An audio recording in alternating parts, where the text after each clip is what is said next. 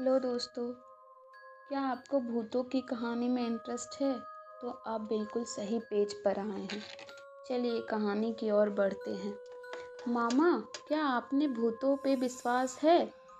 मैंने पूछा था। बिल्कुल विश्वास है, उन्होंने कॉफ़ी पीते हुए बोला था। तो आपकी ज़िंदगी में जो भी हॉरर एक्सपीरियंस हुई है, मुझे उसे बताइए मामा, मैं उत्सुकता से कहा था। चिंटू बेटा, मैं पहले इन भूत ऊत कभी सभी पे कोई यकीन नहीं करता था, लेकिन जब उनके होने का अनुभव मुझे हुआ तब से मैं उन पे यकीन करने लगा। ऐसे कहते ही वह अपनी ज़िंदगी में घटी हॉरर अनुभवों के बारे में मुझे बताने लगे। मैं गौर से उनकी बातें सुनने लगा। वह बात उस वक्त की है जब मैं टेलर हुआ करता था। मुंबई के कार शोरूम में हमारी घर थी ना, उससे कुछ ही दूर एक बड़ा शोरूम था जहां मैं टेलर हुआ करता था। उस शोरूम में अमिताभ बच्चन, आमिर खान आदि बॉलीवुड के एक्ट्रेस अपने कपड़े लेने और मूवीज़ के कॉस्ट्यूम लेने आते थे। मैंने आमिर खान के लिए काफ़ी जैकेट सिले थे। मेरे अन्य सहयोगियों ने अमिताभ बच्चन के कॉस्ट्यूम भी सिले थे। उस शोरूम के अंडरग्राउंड में टेलरिंग सेंटर हुआ करता था, जहां हम सब कपड़े सिलते थे। कभी-कभी मैं देर तक वहां मुझे आई हुई ऑर्डर्स को पूरा करने के लिए बैठ जाता था। एक दिन बहुत ऑर्डर्स बाकी रह गए थे। मैं और मेरा एक दोस्त विट्ठल दोनों देर रात तक वहीं सिलते रहे। जब हमारा काम खत्म हुआ तो बहुत देर हो चुकी थी, तो हमने सोचा कि वहीं ठहर जाते हैं। हमारे साथ वहाँ के साफ सफाई करने वाला बिशुन भी वहीं था। मैं वहीं सोफे पे सो गया और मेरा दोस्त विट्ठल जमीन पर एक कपड़ा ओढ़ के सो गया था। स्त्री के मेज के नीचे बिशुन लाइट ऑफ करके सो गया था। लेकिन रात के ठीक 1 बजे बिशुन जोर जोर से चिल्लाने लगा। भूत भूत कहते हुए वह चिल्लाता रहा था। आवाज़ सुनते ही जब बिटुल ने लाइट ऑन की तब बिशुन डर के मारे पसीने से पूरा भीग गया था। पूरा दिन काम करके थका हुआ था। जब सो गया तो बिशुन चिल्लाने लगा। मेरी सुख निद्रा में जो भंग हुआ, उसने इससे बहुत गुस्सा होकर उससे बहुत कुछ कह गया। किधर है रे तू? कहाँ भूत है? भूत भूत चिल्ला रहा है। अच्छा खासा थक के सोया हुआ था, जगा दिया तूने। किधर भूत है? सामने आए मेरे तो मैं उसको मार कर भगा दूंगा। भूत ऊत कुछ नहीं होता, साला भूत से डरता है। गुस्से में उसने और भूत को बहुत कुछ कह दिया, लेकिन फिर भी बिशुन बोल रहा था कि कोई उसका गर्दन जोर से दबा रहा था। फिर मेरे बहुत कहने पर उसने हिम्मत करी और वहाँ फिर स्त्री के मेज के नीचे सो गया। उसके बातों से विटुल को थोड़ी घबराहट हुई थी, लेकिन फिर भी वह भी हिम्मत से सो गया। मैंने लाइट ऑफ की और सोफे पे लेट गया। तभी मुझे हुई वह भयानक एहसास जो पहले कभी नहीं हुई थी। अचानक से मेरे ऊपर कोई बैठ गया और जोर जोर से मेरा गला दबाने लगा। मेरा पूरा शरीर भारी हो चुका था। मेरे ऊपर कोई बैठ गया और गर्दन दबा रहा है, लेकिन मैं चिल्लाने की कोशिश कर रहा था, लेकिन कुछ बोल नहीं पा रहा। बहुत डर गया था। वह अनदेखी ताकत लगातार मेरे गले को दबा रही थी। मुझे याद आया कैसे मैं भूत को बहुत कुछ कह गया। मैंने मुश्किल से उसे बोला, माफ़ कर दे भाई। वह बच्चा डरा हुआ था। उसे हिम्मत देने के लिए मैंने तुझे बहुत कुछ कह दिया। छोड़ दे, मुझे माफ़ कर दे। मैं हाथ जोड़कर रोते हुए उसे कहता रहा और हल्के से उस अनदेखी ताकत ने मेरे शरीर से अपने को हटा लिया और फिर से शरीर हल्का हो गया। मुझे बहुत हैरानी हुई कि मेरे कहने पर वह अदृश्य शक्ति चली कैसे गई। फिर मैं भगवान का मंत्र जापते चुपचाप सो गया। अगले दिन मैंने अपने दोस्त विटिल को यह घटना बताई। वह डर गया था। उस शोरूम के मालिक के पिता ने उस शोरूम को बनवाया था। फिर जब उस शोरूम की बड़ी तरक्की हुई और बॉलीवुड के कई लोगों को कॉस्ट्यूम सेल करने लगी, शोरूम कहलाई, तब उनकी तरक्की ना सहते हुए उनके दोषियों ने गुंडा लोगों को भेजकर उनका कत्ल करवा दिया। जब वे जिंदा थे तब शोरूम के हर सदस्य में प्रामाणिकता, निष्ठा और मेहनत की अपेक्षा करते थे। कोई उद्योगी अगर कोई अप्रामाणिक काम, धोखेबाजी आदि करता तो उससे दंड देते थे। फिर कुछ दिनों में बिशुन उस शोरूम में चोरी करते हुए पकड़ा गया था और तब तक जो भी चोरी होती थी वह सभी उसी ने किया था। उसने मान ली थी, इसलिए उस रात को उस आत्मा ने विशुन को परेशान की थी।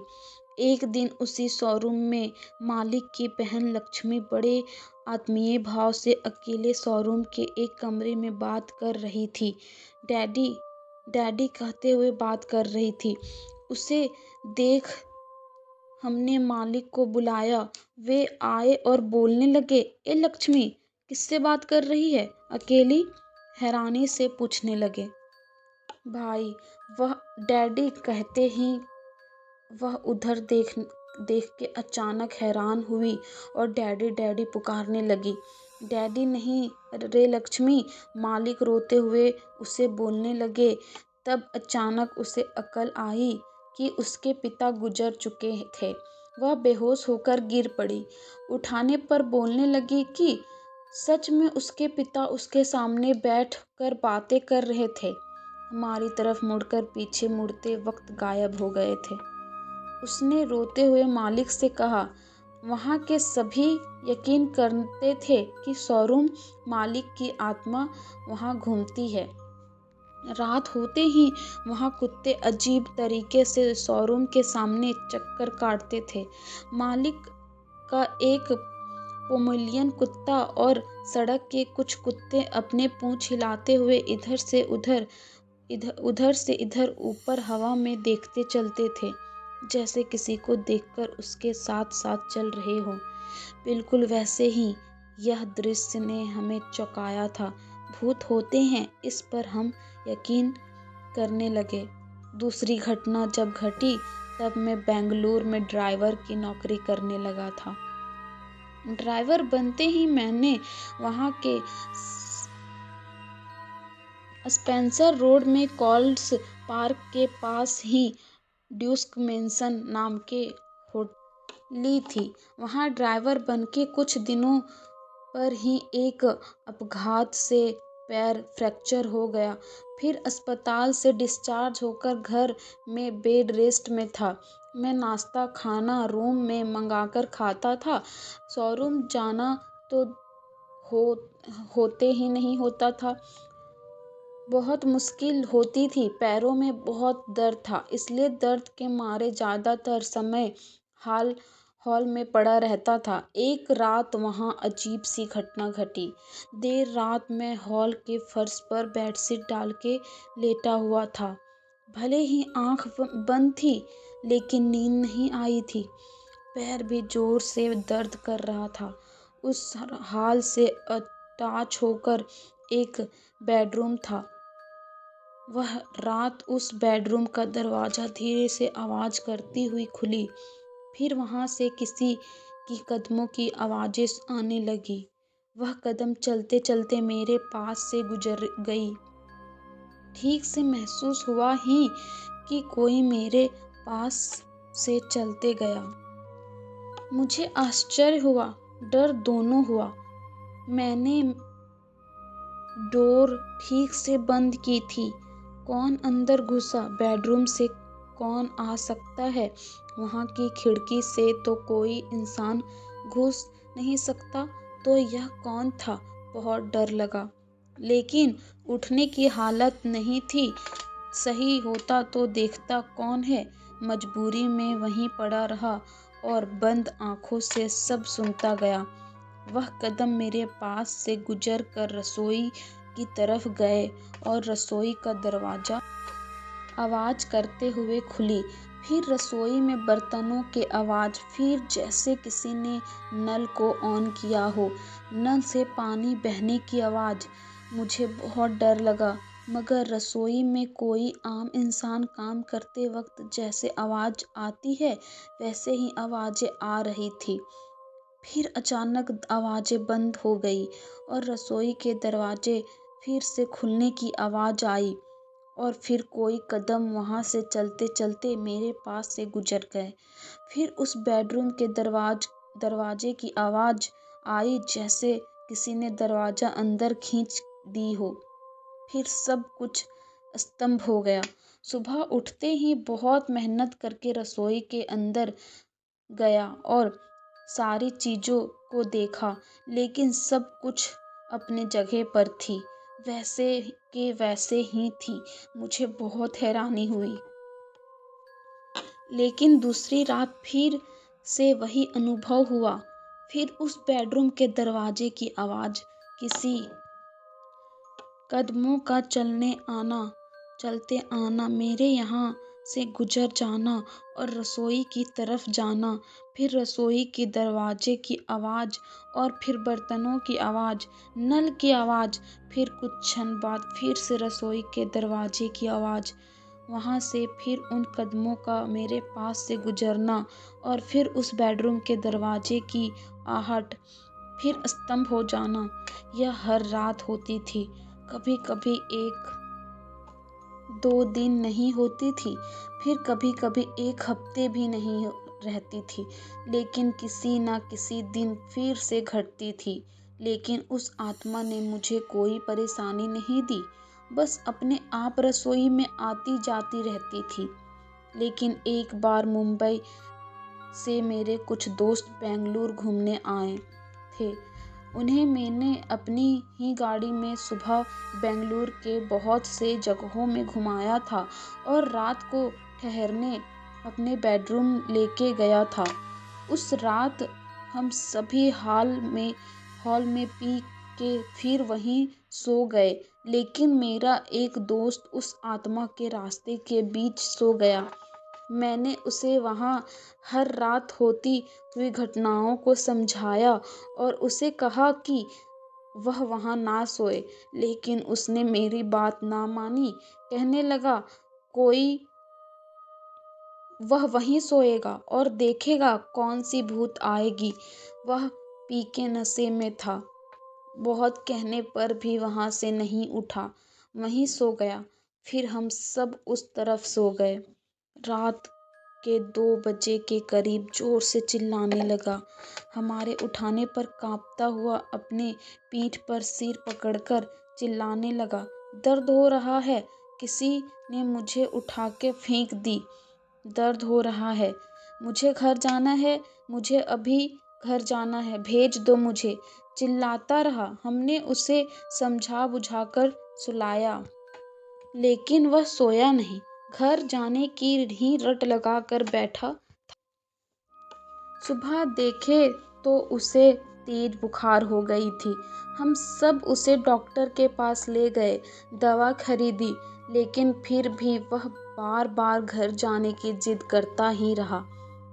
वह लोग बेंगलुरु कुछ दिन घूम के ठहर के आए थे, लेकिन इस घटना के दौरान मुझे एयर टिकट बनाकर उसे मुंबई भेजना ही पड़ा।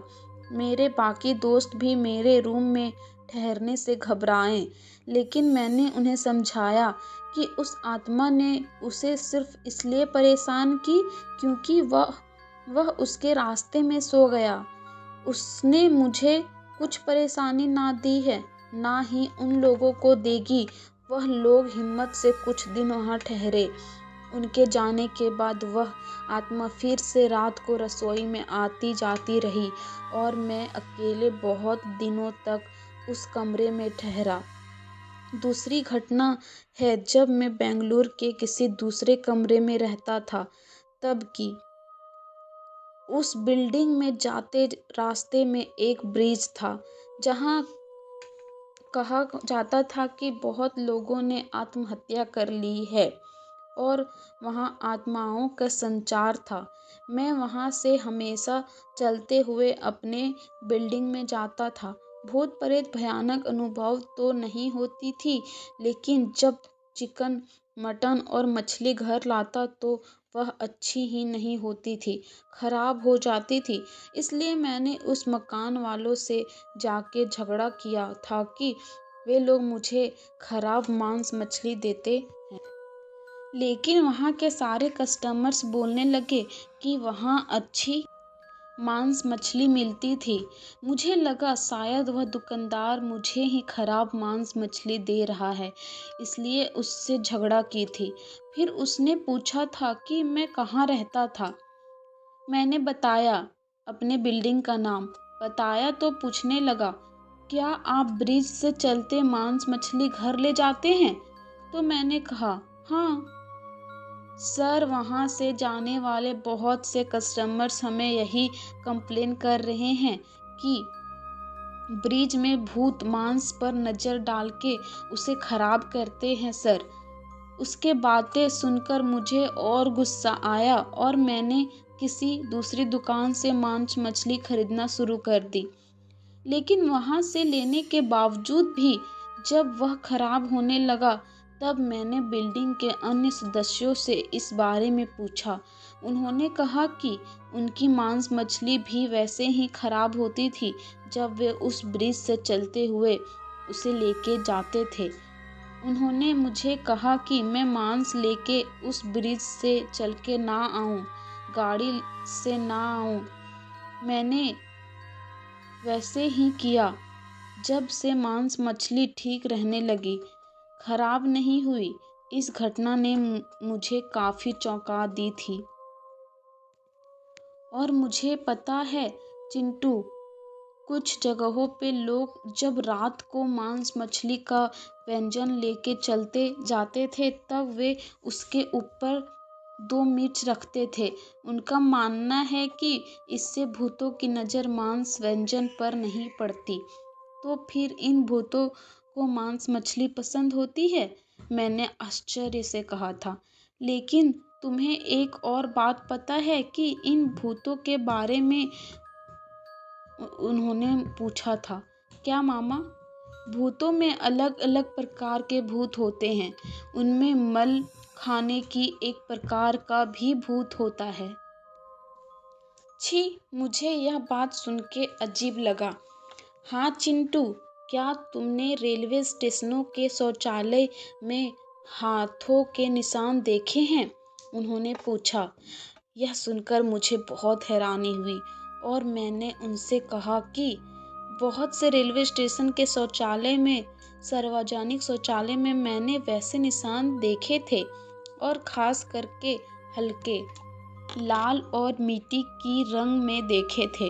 उन्होंने जो बात आगे कही उससे मेरा पूरा शरीर कांप उठा था। उन्होंने कहा था, चिंटू, वह एक अलग प्रकार की पिशाच है जो मल खाता है। वह रात को ऐसे शौचालय में आकर मल खाकर फिर उस शौचालय के दीवार पे अपना हाथ साफ करके जाता है। जब मैंने इस बात पर यकीन नहीं की, तब उन्होंने मुझसे बहुत सी जगहों में लोगों ने जिनके शरीर को आत्माओं ने कब्जा की थी, उन्होंने मलमूत्र सेवन किया था, जिसके बारे में मैं जानकारी हासिल कर सकती हूँ, ऐसा कहा था। फिर वह और भी अनुभव बोलते गए। दूसरी बात उसी वक्त की है जब हम कार में रहते थे। गर्मी का मौसम था। हम रात को टेरेस पे या अपने रूम के बाहर सोते थे। हमारे रूम के बाएं तरफ सीढ़ियां ऊपर जाती थी। कुछ सीढ़ियों के बाद एक बड़ा स्पेस था। उसके बाद फिर सीढ़ियां ऊपर गुजरती के घर के तरफ जाती थी। उस बड़े स्पेस में तुम्हारे अरविंद मामा सोते थे। एक रात उसे ऐसा लगा जैसे उसके कान के पास कोई आवाज मंडरा रही है। उसे लगा मच्छर है और उसने हवा में अपने हाथ एक बार फैलाकर फिर से सो गया। लेकिन फिर उसे लगा जैसे कोई उसके कानों में मुंह से हवा फूंक रहा था। वह झट से उठा और उसने इधर-उधर देखा तो एक बूढ़ा बहुत ही विचित्र ढंग से बहुत ही धीरे से सीढ़ियां चढ़ते हुए गुजरातियों के घर के तरफ चल रहा था। तुम्हारे अरविंद मामा ने ताली बजाकर उसे आवाज दी। ए कौन है तू? किधर जा रहा है? यह सोचते हुए कि वह शायद कोई चोर था, लेकिन उसके आवाज देते ही वह आकृति बड़ी होती गई और उसने अपना सर पीछे मोड़ ली। अरविंद डर के मारे घबराकर घर भाग के आया और अगले दिन उसे तेज बुखार हो गया था। हमारे पूछने पर उसने यह सभी बातें बताई, लेकिन हमें स्निमियत लगी। लेकिन उसने माँ बाबूजी की कसम खा के बताई। उस आत्मा ने बिल्कुल वैसे ही अपना सिर हिलाया था जैसे हॉरर फिल्मों में होता है। शायद हॉरर फिल्मों में ऐसे दृश्य को विचित्र कराने के पीछे भी असली घटनाएं कारण हो सकती है। क्यों? हाँ, शायद मैंने कहा था। फिर पता चला कि वहाँ एक बूढ़ा माली काम करता था जो हमेशा उसी स्पेस में सोता था और एक सुबह वहीं सोया हुआ मृत पाया गया था। यानी कि वह बूढ़े की आत्मा जो अरविंद ने बताई थी वह उसी की थी। इसके बाद हमने वहाँ पूजा करवाई। दूसरा अनुभव है जो तुम्हारे राजेश मामा को हुआ था। वह कार के रूम में शौचालय बाहर हुआ करती थी और हमारी दादी के लिए उस शौचालय में जाना मुश्किल होता था। वह शौचालय जाना हो तो तेज तेज कदम बढ़ाने की कोशिश करते जाती थी और एक बार ऐसे तेज चलते गिर गई थी जिससे राजेश ने देखा था। एक दिन राजेश हमारे बिल्डिंग के नीचे के ग्राउंड में रस्सी से बनी काठ के ऊपर सोया हुआ था और जब सब घर के अंदर थे कि अचानक राजेश की आवाज़ सुनाई दी, दादी गिर जाएगी, कोई पकड़ो, दादी गिर जाएगी, पकड़ो उन्हें, कह के चिल्ला रहा था। और माँ उसके पास गई और उसकी पीठ टपटपाकर बोली, राजेश क्या बोल रहा है तू? दादी के गुजरे हुए 1 महीना हो चुका है। यह बात सुनकर फिर शौचालय की तरफ हैरानी से देखकर फिर जोर से डर के मारे चिल्लाने लगा। उसे भी तेज बुखार हो गई थी। उसने कहा कि सच में उसने दादी को शौचालय के तरफ तेज चलते हुए देखा और वह गिरने लगी थी। लेकिन उसने पकड़ना चाहा तो वह काठ से उठ नहीं पाई और हमारे आने के बाद उस तरफ मुड़ा तो दादी गायब हो गई थी। राजेश को उस पल याद न आया कि दादी के गुजरे 1 महीना हो चुका था। आत्माएं मृत्यु के पश्चात काफी समय तक अपनी जगह अपने घर में रहते हैं और अपनी रोज के काम में जुटे रहते हैं। एक और घटना हुई तुम्हारी मौसी के घर में, विरार में। उसी घर में जहां हम छुट्टी में गए थे। मैंने डरते हुए पूछा था। हाँ, उसी घर में। क्या वहां भूत था? मुझे बहुत डर लगा। उस घर में तुम्हारे मौसी और मौसा जी को कोई तरक्की नहीं थी। तुम्हारे भैया को भी बार बार बीमारी होती थी। तुम्हारे मौसा जी और मासी के बीच झगड़े होते थे। आत्माएं घर में रहने वाले लोगों के बीच झगड़े पैदा कर आते हैं। एक रात उसी बेडरूम से मैं सोया हुआ तुम्हारे मौसी मौसा जी को खिड़की के पास किसी की धीरे से विचल बजाने की आवाज आई। पहले तुम्हारे मासी को लगा कि शायद उसका वहम है, लेकिन फिर तुम्हारे मौसा जी ने जब उससे वहां कहा कि विसल की आवाज सुनाई दे रही है, तब मुझे विश्वास हुआ की विसल की आवाज़ सुनाई दे रही थी। वे दोनों खिड़की के पास गए थे और उन्होंने दरवाज़ा खोला, लेकिन दूर-दूर तक कोई नहीं दिखा। उन्हें हैरानी हुई और फिर वे लोग खिड़की बंद करके सो गए। लेकिन फिर उस घर में रात को और अजीब-अजीब चीज़ें होने लगी। रात को कोई खिड़कियों का अपने आप पटपटाना और ऐसा लगना जैसे उनके कंबल को जैसे कोई धीरे से नीचे की ओर खींच रहा है कोई। और कभी-कभी उन्हें पैरों के पास ठंडी सी एहसास होती थी, जैसे कोई ठंडे हाथ उसे चुराई हो। और उस कमरे में किसी के आने-जाने का आभास भी हर रात होती थी। फिर भी दूसरे घर ना मिलने की मजबूरी में वहीं रहते हुए रह गए। लेकिन एक रात जब तुम्हारी मौसी सो रही थी, तब उन्हें अचानक कोई उनके गर्दन के दाएं तरफ धीरे से मुंह से काटने लगा। लेकिन जब तुम्हारी मौसी ने चिल्लाना चाहा, तब वह बोल नहीं पाई। लेकिन उससे ठीक से महसूस हो रहा था कि कोई उसके गर्दन को मुंह से लगातार काट रहा था। फिर उसने डर के मारे ओम ओम साईं बाबा कह के चिल्लाया। तब उस भूत ने उसे छोड़ दिया।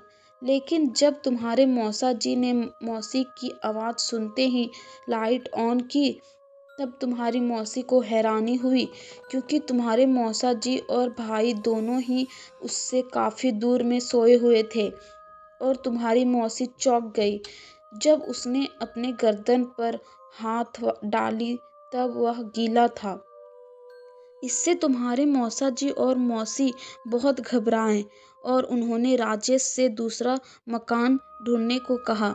मुंबई में मकान ढूंढना बहुत मुश्किल है और यह मकान में अन्य जगहों की तरह पानी की परेशानी थी, लेकिन फिर भी वे लोग इन भूतों के कारण वह मकान छोड़ना चाहते थे। उस घर में आखिर क्या है, उसे जानने के लिए मैं तुम्हारे राजेश मामा और गीता मामी वहां गए और ठहरने का फैसला किया। रात को हम सब वहां घटती घटनाओं के बारे में सुनकर डर से एक दूसरे के करीब हाल में ही सो गए। लेकिन तुम्हारे राजेश मामा वहीं उसी कमरे में जाके सो गए। उसने पीने के लिए गर्म पानी एक गिलास में भरकर उसके ऊपर एक प्लास्टिक क्लोजर रखकर उसे वहीं काट के पास छोटे मेज पे रखा। रात को उसे हम सभी अनुभव हुआ जैसे तुम्हारे मौसा जी और मौसी को हुआ। किटकिटियां पटपटा रही थी, हल्के से कोई कंबल खींच रहा था, किसी का अंदर बाहर जाने का आभास। लेकिन राजेश आंखें बंद करके चुपचाप सो गया। लेकिन जब वह सुबह उठा तो पानी का गिलास खाली था और उसके ऊपर रखी प्लास्टिक क्लोजर को वैसे ही गिलास के ऊपर रखा था। राजेश ने इस बारे में हम सबसे पूछा तो हम सब चौंक गए। हम में से कोई अंदर नहीं गया, ना कि वह पानी पिया। हम सभी ने सुगंध खाके बोला, आज भी हम पानी की गिलास खाली होने की उस अजीब घटना की बारे में चर्चा करते हैं कि आखिर वह पानी कहाँ गई, उसे किसने पिया था, भूत ने? क्या हुआ था उस रात को इस गिलास के साथ? यह राज ही रह गया। उसके बाद उन्होंने विरार में ही दूसरा मकान ले ली और अब वे वहाँ रहते हैं। इसलिए तुम्हारे मौसा जी और मौसी यहाँ आए थे, बाहर की लाइट ऑन करके सोते हैं। उन्हें अंधेरे से इतना डर लगता है। मेरी जिंदगी में बस इतने ही भूतों की विषय में सुना है और अनुभव किया है। चिंटू कहते ही वह तब ही आए भैया के साथ बाहर चले गए और मैं चिंता में पड़ गई थी, रात को नींद आएगी या नहीं। तो दोस्तों, आपको यह कहानी सुनकर कैसी लगी कमेंट में ज़रूर बताएं।